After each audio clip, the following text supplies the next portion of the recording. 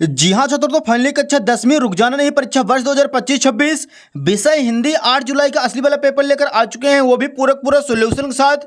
तो बच्चों आपको बिल्कुल भी टेंशन नहीं लेना। यदि आप इस वीडियो को शुरू से लेकर लास्ट तक वॉच करते हो तो 100% गारंटी है कि आपको इस बार हिंदी में पास होने से कोई भी नहीं रोक सकता और आपके हिंदी में 75 नंबर आने वाले हैं। तो चलिए बच्चों, मैंने टाइम वेस्ट किया। सबसे पहले आप देख सकते हैं यहाँ पे पेपर का फ्रंट पेज आपका कुछ इस टाइप का होने वाला है एंड जो क्वेश्चन है पहले बच्चों इसके अगले पेज से दिए गए हैं। दिया गया है प्रश्न 1, सही विकल्प चुनकर लिखिए। इसका पहला क्वेश्चन है सूर सागर के रचनाकार हैं। इसका आंसर हो जाएगा ऑप्शन नंबर 3 सूरदास।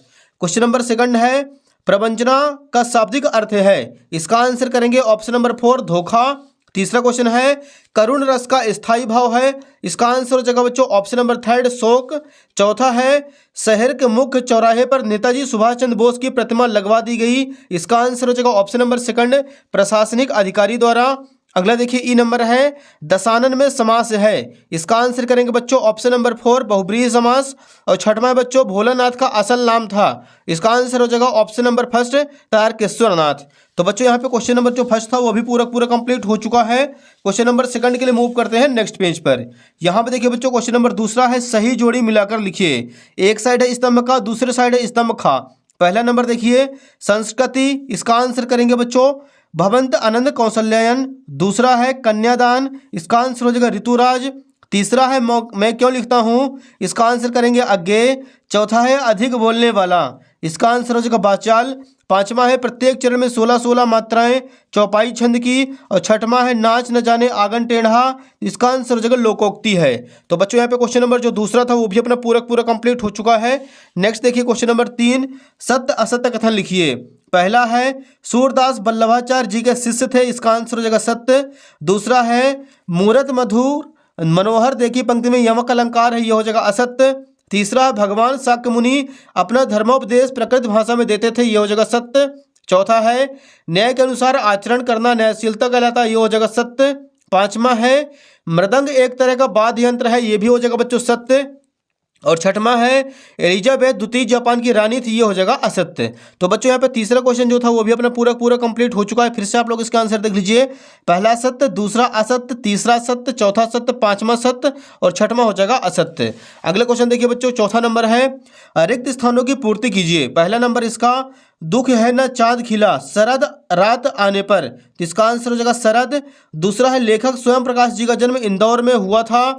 तीसरा प्रश्न है फादर कामिल बुल्के की जन्मभूमि बेल्जियम थी।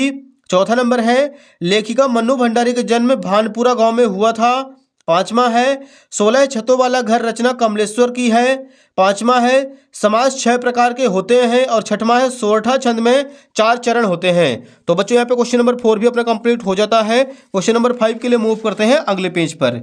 यहाँ पे देखिए पहले बच्चों क्वेश्चन नंबर 5वां है एक वाक्य में उत्तर लिखिए। इसका पहला नंबर देखिए भगवान शंकर का धनुष किसने तोड़ा था। इसका आंसर हो जाएगा भगवान श्री राम ने।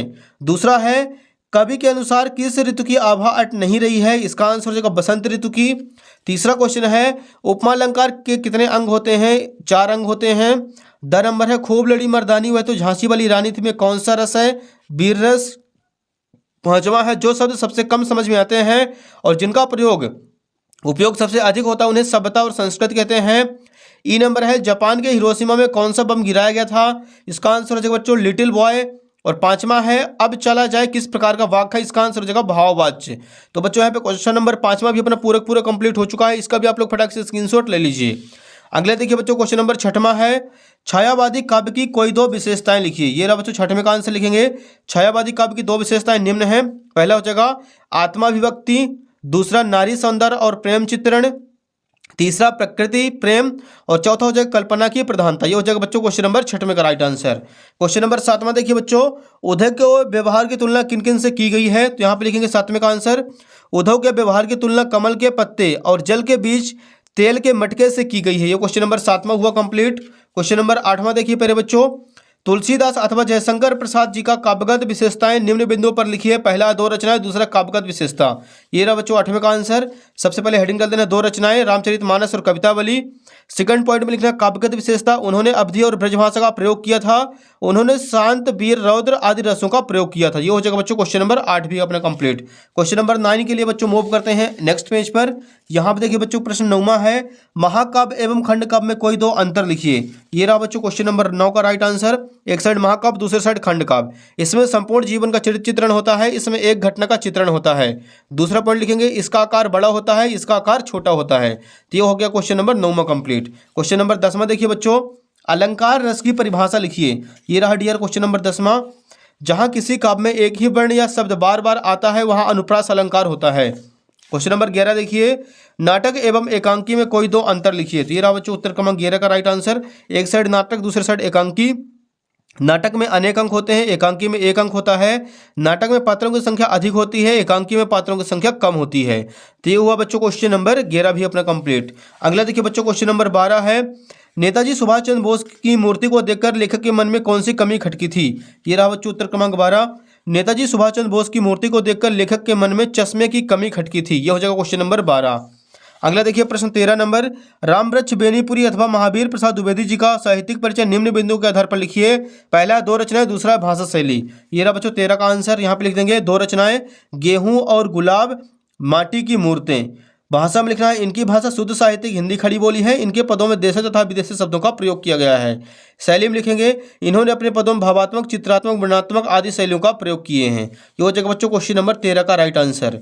नेक्स्ट देखिए बच्चों क्वेश्चन नंबर 14 है, भोलानाथ अपने साथियों को देखकर सिसकना क्यों भूल जाता है। ये रहा बच्चों 14 का आंसर। भोलानाथ अपने साथियों को देखकर सिसकना भूल जाते हैं क्योंकि उन्हें अपने साथियों के साथ समय बिताने और उनके साथ खेलने में अच्छा लगता था। ये हो जाएगा बच्चों क्वेश्चन नंबर 14 का राइट आंसर। क्वेश्चन नंबर 15 के लिए मूव करते हैं बच्चों अगले पेज पर। यहाँ पे देखिए बच्चों प्रश्न 15 है, निम्नलिखित मुहावरों का अर्थ लिखकर वाक्य में प्रयोग कीजिए। पहला है 9 2 11 होना, दूसरा है आंखों का तारा। तो ये रहा बच्चों इसका आंसर लिखेंगे 9 2 11 होना, इसका अर्थ होता है भाग जाना। वाक्य में प्रयोग, पुलिस को देखकर चोर 9 2 11 हो गए। सेकंड नंबर है आंखों का तारा, बहुत प्यारा। वाक्य में प्रयोग, मोहन अपने माता पिता की आंखों के तारे हैं। ये हो जाएगा बच्चों क्वेश्चन नंबर 15 कंप्लीट। नेक्स्ट देखिए क्वेश्चन नंबर 16 है 16 नंबर, अतिशयोक्ति अलंकार की परिभाषा एवं उदाहरण लिखिए। तो ये रहा बच्चों 16 का आंसर। जब किसी बात का वर्णन बहुत बढ़ा चढ़ाकर किया जाता है तो वहाँ अतिशयोक्ति अलंकार होता है। उदाहरण, हनुमान की पूंछ में लगन न पाई आग, लंका सारी जर गई, गए निशाचर भाग। ये हुआ डियर क्वेश्चन नंबर 16 कंप्लीट। अगला देखिए 17 नंबर, संधि एवं समास में कोई तीन अंतर लिखिए। ये रहा बच्चों 17 का आंसर। संधि एक साइड, दूसरे साइड समास। संधि में 2 वर्ण मिलते हैं, समास में 2 पद मिलते हैं। संधि के 3 प्रकार होते हैं, समास के 6 प्रकार होते हैं। संधि को तोड़ना विच्छेद कहलाता है और समास को तोड़ना विग्रह कहलाता है। ये हो जाएगा बच्चों उत्तर क्रमांक 17 का राइट आंसर। नेक्स्ट देखिए बच्चों क्वेश्चन नंबर 18 यहाँ पे दिया गया है, निम्नलिखित अपठित गद्यांश को पढ़कर निम्नलिखित प्रश्नों के उत्तर लिखिए। पहला है गद्यांश का शीर्षक लिखिए। तो इसका आंसर हो जाएगा सामाजिक जीवन। दूसरा है सामाजिक समरसता का क्या आधार है। इसका आंसर लिखेंगे सामाजिक समरसता जीवन के अंतर्विरोधों को समाज लक्ष्य करना निर्धारित सामाजिक समरसता का आधार है। तीसरा नंबर है सामाजिक समरसता के लिए अनिवार्य शर्त क्या है। तो पारस्परिक सहयोग और समन्वय के साथ सहानुभूति तो सामाजिक समरसता के लिए आवश्यक शर्त है। ये हो जाएगा बच्चों क्वेश्चन नंबर 18 कंप्लीट। नेक्स्ट देखिए क्वेश्चन नंबर 19 है, निम्नलिखित विषयों में से किसी एक विषय पर संवेद लेखन कीजिए। पहला है कोविड-19, दूसरा है पर्यावरण सुरक्षा। अगले क्वेश्चन नंबर 20 देखिए, निम्नलिखित पद्यांश को सप्रसंग व्याख्या कीजिए। तो यहाँ पे आप इसका सॉल्यूशन फटाफट तैयार कर लीजिएगा। संदर्भ प्रसंग व्याख्या लिखनी है, आप लोगों से बनती होगी। निम्नलिखित गद्यांश की संदर्भ प्रसंग व्याख्या लिखिए। यहाँ पे भी सेम आपको कर लेना है। अगला क्वेश्चन देखिए 22 नंबर, लाउड स्पीकर बंद करने का निवेदन करते हुए जिले के जिलाधीश महोदय को आवेदन पत्र लिखिए। तो बच्चों यहाँ पे लाउड स्पीकर का हमें आवेदन पत्र लिखना है, तो इसको भी आप लोग फटाफट तैयार कर लीजिएगा। अगला प्रश्न 23 देखिए, निम्नलिखित में से किसी एक विषय पर लगभग 120 शब्दों में अनुच्छेद लिखिए। पहला है आंखों देखा मेले का वर्णन। दूसरा है विज्ञान वरदान भी अभिशाप भी। तीसरा है राष्ट्रीय शिक्षा नीति NEP। तो बच्चों यहाँ पे अपना पूरा क्वेश्चन पेपर कंप्लीट हो चुका है। उम्मीद है कि आपको पूरा समझ में आ गया होगा। फटाफट वीडियो को लाइक कर दीजिए, चैनल को सब्सक्राइब कर लीजिए, नोटिफिकेशन को ऑल पे प्रेस कर लीजिए, क्योंकि बच्चों आपकी जो असली क्वेश्चन पेपर है वो रात 4 बजे प्रोवाइड करवा दिया जाएगा। फटाफट चैनल को सब्सक्राइब कर लीजिए। धन्यवाद।